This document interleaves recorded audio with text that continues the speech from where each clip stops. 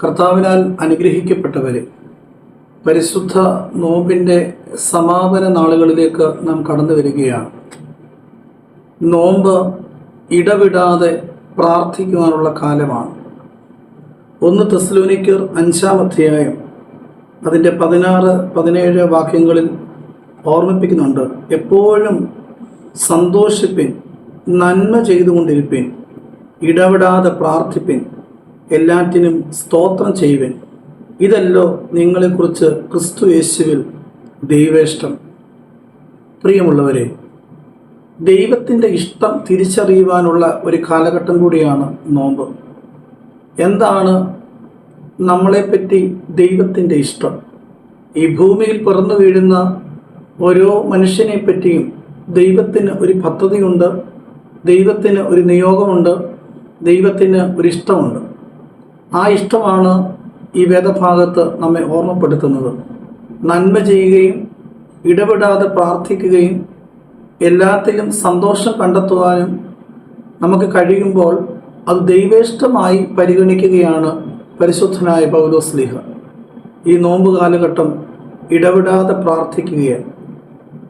ഈ വേദഭാഗം നമ്മൾ ചിന്തിക്കുമ്പോൾ ഒരുപക്ഷെ നമ്മുടെ മനസ്സിലേക്ക് കടന്നു വരും, രാവും പകലും ഒരുപോലെ പ്രാർത്ഥനയിൽ ഉറ്റിരിക്കുന്നതാണോ, പ്രാർത്ഥനയിൽ മാത്രം മുഴുകിയിരിക്കുന്നതാണോ ഇടവിടാതെ പ്രാർത്ഥിക്കുക എന്നുള്ളത് കൊണ്ട് അർത്ഥമാക്കുന്നത്? ഒരിക്കലുമല്ല. 7 നേരങ്ങളിൽ 7 യാമങ്ങളിൽ പ്രാർത്ഥിക്കണമെന്ന് സങ്കീർത്തനക്കാർ നമ്മെ പഠിപ്പിക്കുന്നുണ്ട്. കുറഞ്ഞ പക്ഷം 3 നേരമെങ്കിലും എൻ്റെ രാവിലെയും വൈകിട്ടും ഉച്ചയ്ക്കും എൻ്റെ സങ്കടം ബോധിപ്പിച്ച് കരയുമെന്ന് ദാവീദ് നമ്മെ പഠിപ്പിക്കുന്നുണ്ട്. ദാനിയേലിൻ്റെ പുസ്തകത്തിലും ദാനിയേൽ പ്രവാചകൻ ദിവസം 3 നേരം മുഴങ്കാലുകൾ മടക്കി ദൈവത്തെ നമസ്കരിച്ചായിട്ട് പറയുന്നുണ്ട്. ബാക്കി സമയം നാം എന്ത് ചെയ്യുകയാണ്?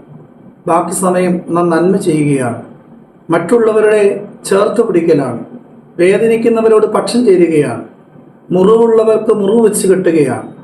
അതാണ് നന്മ ചെയ്യുവിൻ എന്ന വാക്കുകൊണ്ട് ഇവിടെ വിവക്ഷിക്കുന്നത്.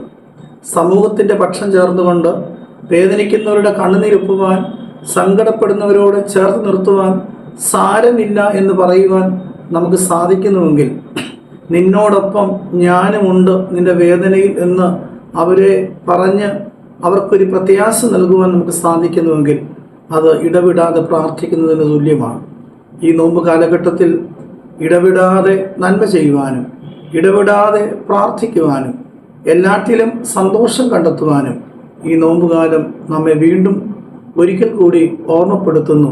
അതിന് പരിശുദ്ധാത്മാവ് നമ്മെ രൂപാന്തരപ്പെടുത്തുമാറാകട്ടെ.